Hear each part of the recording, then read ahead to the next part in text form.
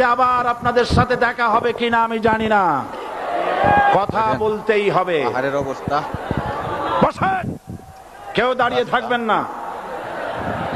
আমি দেখতে পাচ্ছি দুদিন বাংলাদেশের ভাগ্য আকাশে ঠান্ডা বেশি, উত্তর গগনে কালো মেঘ জমা হয়েছে, ঝড়ের পূর্বাভাস লক্ষ্য করছি।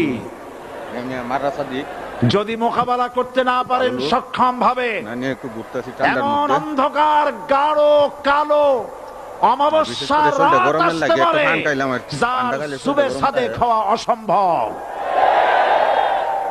সুতরাং আপনারা কি কাপুরুষের মতো কাফের মুশরিকদের গোলামি করে মরতে চান? বিড়ালের মতো 500 বছর বেঁচে থাকার কোনো লাভ নাই।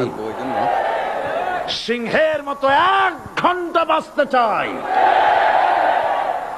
আমাদেরকে বলা হয়